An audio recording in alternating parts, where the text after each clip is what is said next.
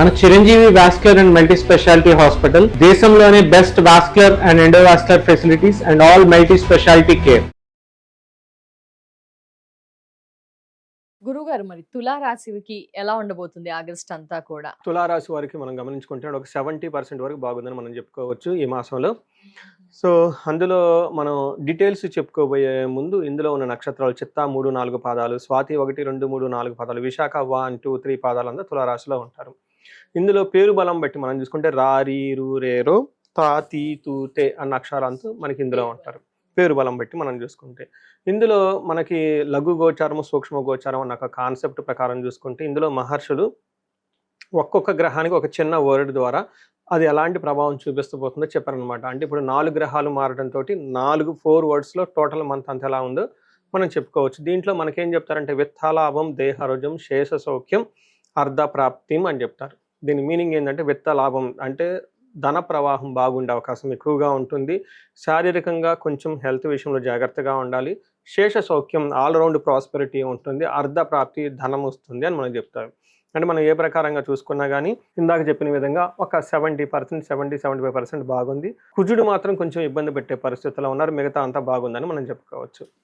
So ఇందులో మనం సూర్యుడు గమనించుకుంటే మనకి 11వ స్థానంలో ఉన్నారండి. 11వ స్థానంలో ఏ గ్రహం ఉన్నా బాగుంటుందని మనకి శాస్త్రంలో వివరించడం జరిగింది. వీళ్ళకి సూర్యుడు 11వ స్థానంలో ఉంటే సహజంగా authority, power, stamina, risk taking capability, తర్వాత ఎలివేటెడ్ సోల్స్ అంటే ఆత్మబలం చాలా స్ట్రాంగ్గా ఉండటం, ఇవన్నీ మనకు చెప్తూ ఉంటారనమాట. ఇందులో మనకేం చెప్తారంటే ఎప్పుడైతే 11th హౌస్లో సూర్యుడు ఉంటే మనకి సంస్కృతంలో ఒక శ్లోకం చెప్తారు. ఏమంటారు? అర్ధచ్చ స్వకులాచార గృహే నిత్య ఉత్సవం శుభం నిత్యమాధుర్య భుక్తిచ్చ లాభో ఏకాదశి గతో రవి అంటారు. వినడానికైతే చాలా బాగుంది అనిపిస్తుంది గురువు. అర్థం ఏంటి గురువు గారు? అర్థం కూడా బాగానే ఉంటుంది. సంస్కృతంలో ఉన్న బ్యూటీ ఏంటంటేనండి సాఫ్ట్ వర్డ్స్ ఉంటాయి, ఆటోమేటిక్గా వినేటప్పుడు మనకి సెన్స్ అయిపోతామండి. ఒక మంచి పాజిటివ్ గా అనిపిస్తుంది, వినసొంపుగా ఉంది. అవునండి. అర్ధచ్చ అంటే ధనం ప్రకారం బాగుంటుంది. స్వకులాచార అంటే వీళ్ళు పెద్దవాళ్ళు చెప్పిన పద్ధతులు, సిస్టమ్స్ అన్ని ఫాలో అవుతూ ఉంటారు. గురువులు చెప్పిన ఇన్స్ట్రక్షన్స్ ని తీసుకుంటూ ఉంటారు. గృహే ఉత్సవం ఎప్పుడు ఇంట్లో ఏదో ఒక సెలబ్రేషన్ జరుగుతూ ఉంటుంది. శుభకార్యాలు జరుగుతూ ఉంటాయి అని చెప్పుకోవచ్చు. నిత్య మాధురి భుక్తచ్చ సహజంగా ఈ ఫంక్షన్స్ ఉన్నప్పుడు మంచి మంచి ఫుడ్స్, స్వీట్స్ అవన్నీ తింటూ ఉంటాం కాబట్టి ఇలా బాగుంటుంది. కొత్తగా ఉద్యోగంలో చేరటం, తర్వాత ధనలాభం రావటం, ప్రమోషన్స్ రావటం, ఇవన్నీ వచ్చే అవకాశం ఎక్కువగా ఉంటుంది. కొంచెం పెద్ద పెద్ద పనులు చేయాల్సినవి కొంచెం పోస్ట్పోన్ చేసుకుంటే మంచిది. ఎందుకంటే శుభకరమైన పండగలు, ఫెస్టివల్స్లో ఉన్నప్పుడు ఇంపార్టెంట్ డెసిషన్స్ తీసుకోకుండా ఉంటే బెటర్ అని చెప్పేసి మనకు చెప్తూ ఉంటారు. ఎందుకంటే ఆ శుభకార్యం మీద ఫోకస్ చేయాలి కాబట్టి. ఓకే గురుగారు. నెక్స్ట్ కుజుడు 9వ స్థానంలో ఉన్నారండి. కుజుడు 9వ స్థానంలో మనకుంటే ఇది కొంచెం ఇబ్బంది పరంగా ఉండేది అని మనం చెప్పుకోవచ్చు. అంటే ఏమవుతుంది? అశనాచ్చ శూన్యం శోషణం దేహ పీడనం స్థాననాశనం విరోధం చ అని చెప్తూ ఉంటారు. నవమస్తే భవేద్ ధారాసుతే అంటారు. దీని ప్రకారం ఏంటంటే ఎప్పుడైతే కుజుడు 9వ స్థానంలో ఉంటారో అన్న వస్త్రం అంటే టయానికి భోజనం చేయకుండా ఉండకపోవటం, అంతా నీట్నెస్ మెయింటైన్ చేయకపోవటం, డిగ్నిటీ మెయింటైన్ చేయకపోవటం, ఆ తర్వాత శరీరం అంతా ఎండిపోయినట్లు ఉండటం, ఒళ్ళంతా నొప్పులుగా ఉండటం, ఇవన్నీ జరుగుతూ ఉంటుంది. మెయిన్ ప్రొఫెషన్లో కొంచెం ప్రెషర్ ఉండే అవకాశం ఎక్కువగా ఉంటుంది. ద్వేషపూరితమైన వాతావరణం ఉంటుందని మనకు చెప్తూ ఉంటారు. వృధా ప్రయాణాలు, అటు ఇటు ప్రయాణాలు చేస్తే అందులో పెద్ద కలిసి రాదు అని చెప్తారు. అయితే ఓవర్ ఎక్స్పెండిచర్ అనవసరమైన ఖర్చులు, హంగులు ఆర్భాటాలకు పోయేసి అవసరం ఉన్నా లేకపోయినా ఎడాబడా కొనేసి డబ్బులు ఖర్చు పెట్టుకునే అవకాశం కూడా ఉందని గమనించాలి. ఇది మనకి ముఖ్యంగా చూసుకుంటే సూర్యుడి వల్ల ప్రాఫిట్ ఉంది, కుజుని వల్ల కొంచెం ఇబ్బందులు ఉన్నాయని గమనించుకోవాలి. అయితే బుధుడిలో 10th హౌస్లో బుధుడు ఉండటం వల్ల ప్రొఫెషనల్ మ్యాటర్స్లో లేదంటే సాఫ్ట్వేర్ వాళ్ళు ఎవరైనా ఉన్నా కానీ ఈ ట్రాన్సాక్షన్స్, మనీ ఫ్లో అంతా చాలా స్మూత్గా అవుతుంది. ఎక్కడ ఎలాంటి ఆటంకాలు ఉండవు అని మనం చెప్పుకోవచ్చు. సో ఇది కూడా బాగుంది. నెక్స్ట్ శుక్రుడు కొంచెం 50-50గా ఉన్నారని మనం చెప్పుకోవచ్చు అండి. శుక్రుడు కొన్ని విషయాల్లో అంటే ఆటంకాల ద్వారా సక్సెస్ని ఇస్తారని చెప్పుకోవచ్చు. ఆటంకాల ద్వారా సక్సెస్ వస్తుంది శుక్రుడు వల్ల. శుక్రుడు 12వ స్థానంలో ఉంటే మనకి ఏం చెప్తారంటే శత్రుపీడ అంటే శత్రువులు ఇబ్బంది పెట్టే పరిస్థితులు ఎక్కువగా ఉంటుంది. మహద్భయం అనవసరంగా భయపడే సిచ్యువేషన్స్ ఉంటుంది. తర్వాత కృష్యాది సర్వ విఘ్నం శాత్ అని చెప్తూ ఉంటారు. అంటే హార్డ్ వర్క్ చేస్తే దాంట్లో రిజల్ట్స్ కష్టం ద్వారా వస్తుంది అని చెప్పేసి మనం చెప్పుకోవచ్చు. ఫస్ట్ మనం చాలా హ్యాపీగా ఉండాలి. ఎందుకంటే ముందు రిజల్ట్ వస్తుంది, కొంచెం అటు ఇటు కష్టపడిన ఒకసారి రిజల్ట్ వస్తే ఏమన్నా కష్టం తర్వాతే సుఖం. ప్రాబ్లం ఏంటంటే మనకు కష్టపడిన ఫలితం రాదు. కష్టపడిన ప్రతిసారి కూడా రాదు. అవును గురుగారు. అందుకని చెప్పేసి కష్టం ఎంత పడాలో దానికి ఇంకా చాలా మనకేమంటారు కార్యజయం కావాలి, అనుకున్న పనులన్నీ కావాలి. నేను చాలా కష్టపడ్డాను రిజల్ట్ రాలేదంటే ఎవరు గుర్తుపెట్టుకోరు కదా. మనం హార్డ్ వర్క్ చేయాలి, రిజల్ట్ కూడా పెట్టుకోవాలన్నమాట.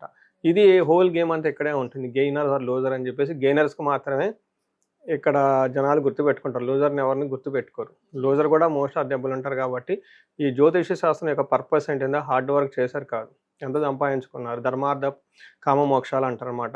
అవన్నీ కరెక్ట్గా చేస్తున్నారు కదా, అందులో ఉన్న ఆటంకాలు ఏంటి, వాటిని మళ్ళీ మనం ఎలా అధిగమించి ముందుకు వెళ్ళిపోవాలి, లైఫ్ సుఖంగా ఆనందంగా బ్లిస్ఫుల్గా ఎలా ఉండాలి, రాబోయే ఆటంకాలు ఏంటి, వాటిని ఓవర్కమ్ ఎలా చేయాలి అనేది సూచిస్తుంది అనమాట. సో మీరు చెప్పిన విధంగా ఇక్కడ ఏమవుతుంది అంటే శుక్రుడు వచ్చేటప్పటికి ఎంత కష్టపడినా కానీ ఆటంకాలను కలిగిస్తూ ఉంటారు, బట్ రిజల్ట్ వస్తుంది. ఇక్కడ శుక్రుడు యొక్క గొప్పతనం అని చెప్పుకోవచ్చు. గురుగారు మరి గ్రహాల పరంగా ఇలా ఉందని తెలియజేశారు, నక్షత్రాలు ఏం తెలుపుతున్నాయి గురుగారు? నక్షత్రాల పరంగా ఏంటి అంటారు? నక్షత్ర పరంగా వీళ్ళకి కొంచెం మిక్స్డ్గా ఉందని చెప్పుకోవాలండి. చిత్తా నక్షత్రం వాళ్ళకి శారీరకంగా ఇబ్బందులు ఉంటాయని తెలుసుకోవాలి. బట్ ఇదే సూర్యుడు లాభాన్ని కూడా ఇస్తూ ఉన్నారనమాట. అంటే సూర్యుడు వల్ల లాభాన్ని ప్లస్ శారీరకంగా హెల్త్ కాంప్లికేషన్స్ ఇస్తూ ఉన్నారు. అతిగా భయపడే పరిస్థితులు ఉంటుందండి. అంటే అనుకున్న పని కాకుండా ఇబ్బందులు పడటం, లేదంటే ఆటంకాలు రావడంతో వీళ్ళు భయపడిపోతూ ఉంటారు, ఏమవుతుందో టెన్షన్గా అనమాట. అలా పరవాసం, కొంచెం ఫారిన్ వెళ్ళే అవకాశము, లేదంటే అవుట్ స్టేషన్ వెళ్ళే అవకాశం ఎక్కువగా కనిపిస్తూ ఉంటుంది. స్వాతి నక్షత్రం వాళ్ళకి అగైన్ సేమ్, అతిగా భయపడే అవకాశం ఎక్కువగా ఉంటుంది. అనుకున్న పనులు ఎక్కడో డిస్టర్బెన్స్ వస్తుంది. హెల్త్ కాంప్లికేషన్స్ విషయంలో కొంచెం జాగ్రత్తగా ఉండాలి. పరవాసం, వీళ్ళు కొంచెం ఫారిన్ లేదంటే అవుట్ స్టేషన్లో అలా దూర ప్రయాణాలు చేసే అవకాశం ఎక్కువగా ఉందని గమనించాలండి.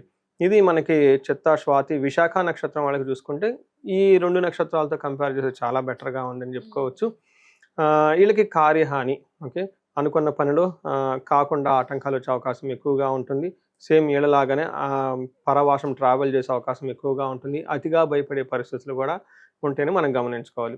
సో మనం చూసుకుంటే అండి ఓవరాల్గా ఈ నక్షత్రాలు కానీ ఇవి చూసుకుంటే సూర్యుడు వీళ్ళకి 11th హౌస్లో ఉండి, తర్వాత బుధుడు సపోర్ట్ చేస్తూ ఉండడంతో 50-50గా బాగుంటుంది. ఈ నక్షత్రాల ప్రకారంగా చూసుకుంటే అనవసరమైన భయాలు అవి ఇవి తప్పగానే, బట్ ఓవరాల్గా అవుట్కమ్ మనం చూసుకుంటే ఫైనల్గా ఒక 70% బాగుంది, 30% ఛాలెంజెస్ ఉన్నాయని చెప్పుకోవాలి. మరి ఏం పాటించాలి గురువుగారు తులారాశి వారి పరిహారం ఆగస్ట్ అంతా కూడా? వీళ్ళకి 2 గ్రహాల నుంచి కొంచెం ఇబ్బందులుగా ఉంది కాబట్టి అండి వీళ్ళకి విష్ణుమూర్తిని ఎక్కువగా పూజ చేస్తే చాలా బాగుంటుంది. ఇక్కడ లక్ష్మీనారాయణని జపం చేసినా కానివ్వండి, లేదంటే వెంకటేశ్వర స్వామిని, అంటే లక్ష్మీదేవి కలిపి వెంకటేశ్వర స్వామి, ఎక్కడైనా సరే లక్ష్మీదేవి ఎక్కడున్నా కానీ లక్ష్మీ నారాయణ, లక్ష్మీ విష్ణుమూర్తి, లక్ష్మీ నరసింహ, ఇలా లక్ష్మీదేవితో కలిసి ఉన్న టెంపుల్స్ ఎక్కడన్నా ఉంటే విష్ణుమూర్తి అలాలు దర్శించుకుంటే చాలా బాగుంటుంది. ఈవెన్ సీతారాములను దర్శించుకున్నా కానీ చాలా పుణ్యప్రదంగా ఉంటుంది. చక్రవర్తిత్వం వస్తుంది అని చెప్తారు. చక్రవర్తిత్వం అంటే they become king or queens అని చెప్పేసి. సో ఇలా అంటే ఈ ఆటంకాలు లేకుండా వాళ్ళ యొక్క కీర్తి ప్రదేశాలు బాగా వృద్ధి చెందుతాయి అని మనం చెప్పుకోవచ్చు. అంతేకాకుండా కందులు 1 kg మంగళవారం రోజు దానం చేసిన, తర్వాత సుబ్రహ్మణ్యేశ్వర స్వామి ఆరాధన చేసిన, లేదంటే మనకి జంట నాగులు, లేదంటే నాగులు కట్ట అని చెప్పేసి ఉంటారు, 3 శిలలు పెట్టుంటాయి అనమాట మూర్తులు, వాటికి అభిషేకం చేసిన చాలా పవర్ఫుల్ అండి. అది చాలా simple, easy and powerful remedy అని మనం చెప్పుకోవచ్చు. అవి చేసుకుంటూ ఉంటే చక్కగా ఉంటుందండి. గురుగారు మరి అతిగా సఫర్ అవుతున్న వారికి జాతక రీత్యా ఎలాంటి పరిహారాలు అద్భుతంగా మెరుగైన ఫలితాలను ఇస్తాయో తెలియజేస్తారా గురుగారు? సో మనకి ఇప్పుడు దాకా చెప్పుకున్న మన రాశి ఫలం ఏంటంటేనండి ఆ యొక్క కొంతవరకు మాత్రమే ఎఫెక్ట్ ఉంటుందండి. అది ఒక 30-40% మాత్రం లైఫ్లో ఎఫెక్ట్ ఉంటుంది. బట్ వాళ్ళ యొక్క ఇండివిజువల్ జాతకాన్ని మనం చూసుకోవడం చాలా చాలా ముఖ్యం. దీనితో పాటుగా ఇప్పుడు మనం చెప్పుకున్న దానికి వ్యతిరేకంగా కానీ అనుకూలంగా కానీ లేకుండా బాగా సఫర్ అవుతున్న వాళ్ళు ఎవరైతే ఉంటారో వాళ్ళు ఇండివిజువల్ జాతకం చూపించుకోవడం చాలా చాలా ముఖ్యం అండి. అండ్ నేను రీసెర్చ్ గ్రూప్ లాగా చేస్తున్నానండి. అరౌండ్ మనకి 40 years +or-5 years, అంటే 35 to 45 ఎవరికైతే ఏజ్ ఉందో అప్పటిదాకా వాళ్ళ కెరియర్లో చాలా సక్సెస్ఫుల్గా ఉండి, అకాడమిక్స్లో చాలా సక్సెస్ఫుల్గా ఉండి, కెరియర్లో కూడా ఒక మేనేజర్ లెవెల్, ఒక నాయకత్వ లక్షణాలు, సమాజంలో ఒక ఉన్నతమైన పొజిషన్కి వచ్చేసి అందరి దగ్గర కీర్తి ప్రదేశాలు, గౌరవం, మర్యాద, కొంచెం డబ్బు సంపాదించుకొని ఒక సిస్టమాటిక్గా ఉన్నవాళ్ళు సడన్గా ఆ ఏజ్లో డౌన్ వస్తుందండి. దీనికి మిడ్ లైఫ్ క్రైసిస్ అని చెప్పేసి మనకు అంటూ ఉంటారు జనరల్గా మోడర్న్ సైకాలజీలో. హార్మోనల్ చేంజెస్ అని, పోస్ట్ మెనోపాజ్ అని, ప్రీ మెనోపాజ్ అని రకరకాల పేర్లతో చెప్తూ ఉంటారు. బట్ అరౌండ్ 40-45 మధ్య లాట్ ఆఫ్ చేంజెస్ ఉంటుందండి, అది జెంట్స్కి లేదంటే లేడీస్కి. ఇది ఎందుకు వస్తుంది, కారణం ఏంటి అని మనం ఒక మిడ్ లైఫ్ క్రైసిస్ అని ఒక టైటిల్ పెట్టి వదిలేయకుండా జ్యోతిష శాస్త్రం చాలా బ్యూటిఫుల్గా అందులో మనకి రీజన్స్ చెప్తారు ఎందుకని. చాలా శాపాలు ఉంటాయండి. అంటే మనకి లైఫ్లో కొన్ని ఏజ్లో కొన్ని యాక్టివ్గా ఉంటాయండి. మన చిన్నప్పుడు బాలారిష్టాలు అంటారు, పెళ్ళైనప్పుడు వివాహ దోషాలు అంటారు, కొంచెం లైఫ్లో సెటిల్ అయ్యి ధనం వచ్చినప్పుడు వేరే శాపాలు ఉంటాయండి. తర్వాత ఈ శాపాలు ఇంకా ఏమైనా ఉన్నాయి అనేది యాక్టివ్ అవుతున్నాయో చూసుకోవాలండి. సో నా రీసెర్చ్లో ఎవరైతే ఇలా సక్సెస్ఫుల్ ట్రాక్ రికార్డు ఉండి సడన్గా ఆగిపోయారు, బ్లాక్ అయ్యారంటే ఖచ్చితంగా వాళ్ళ దాంట్లో శాపాలు యాక్టివేట్ ఉంటాయండి. సో ఇది ఎప్పుడైతే నేను ఈ మెసేజ్ చెప్పుకుంటూ వస్తున్నాను లాస్ట్ 4-5 మంత్స్ నుంచి వచ్చిన హారోస్కోపులు మొత్తం ఇలాంటి కాలసర్ప దోషాలని, పితృదోషాలని, మాతృదోషాలని, మాతృశాపాలని, ఇలా మనకి శాపాలని ఉంటాయండి. దాదాపు ఒక 7-8 బాగా పవర్ఫుల్ శాపాలు ఉంటాయి అనమాట. అలానే గ్రహ దోషాలు ఉంటాయి అనమాట. అవి ఎంత చేసినా కానీ పోవన్నమాట. ఇవి జనరేషన్స్ నుంచి వస్తాయి. మొన్న రీసెంట్గా కూడా ఒకళ్ళు వచ్చారండి, చూసిన వెంటనే చెప్పాను మీ అబ్బాయికి త్రిపిండి దోషం ఉంది, అది వీళ్ళ చేసిన వల్ల రాదు, వీళ్ళ యాన్సిస్టర్ చేయటం వల్ల. అప్పుడు అవునండి మా చిన్నప్పుడు మా అమ్మమ్మ గారు ఇలా చేసేవాళ్ళండి, ఆ తర్వాత మా పిన్ని కూతురు ఒక ఆమె చనిపోయిందండి, ఇలా ఉందండి, ఇలా వాళ్ళ హిస్టరీ అంతా చూసుకుంటూ వచ్చారనమాట. ఇలా జనరేషన్స్ నుంచి ఎప్పటి నుంచి ఉన్న టఫ్ అయిన ప్రాబ్లమ్స్ ఉంటే ఇవన్నీ వస్తూ ఉంటాయండి. ఒకసారి హారోస్కోప్ చూపించుకోవటం ఎంతైనా ముఖ్యం. ఇమ్మీడియట్గా పరిష్కారాలు చేసుకొని పరిహారాలు చేసుకుంటే లైఫ్ అనేది ఆ బ్లాక్ పై ముందుకెళ్ళిపోతారండి.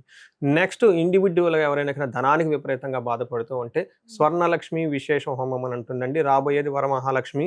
మనం శుక్రవారాలు చక్కగా చేసుకుంటాం కాబట్టి ప్రతి ఒక్కళ్ళు దాన్ని సద్వినియోగం చేసుకోవాలండి. నేను మా ఫ్రెండ్ ఒకళ్ళు ఉన్నారండి, వీళ్ళు ఇవన్నీ నమ్మరు.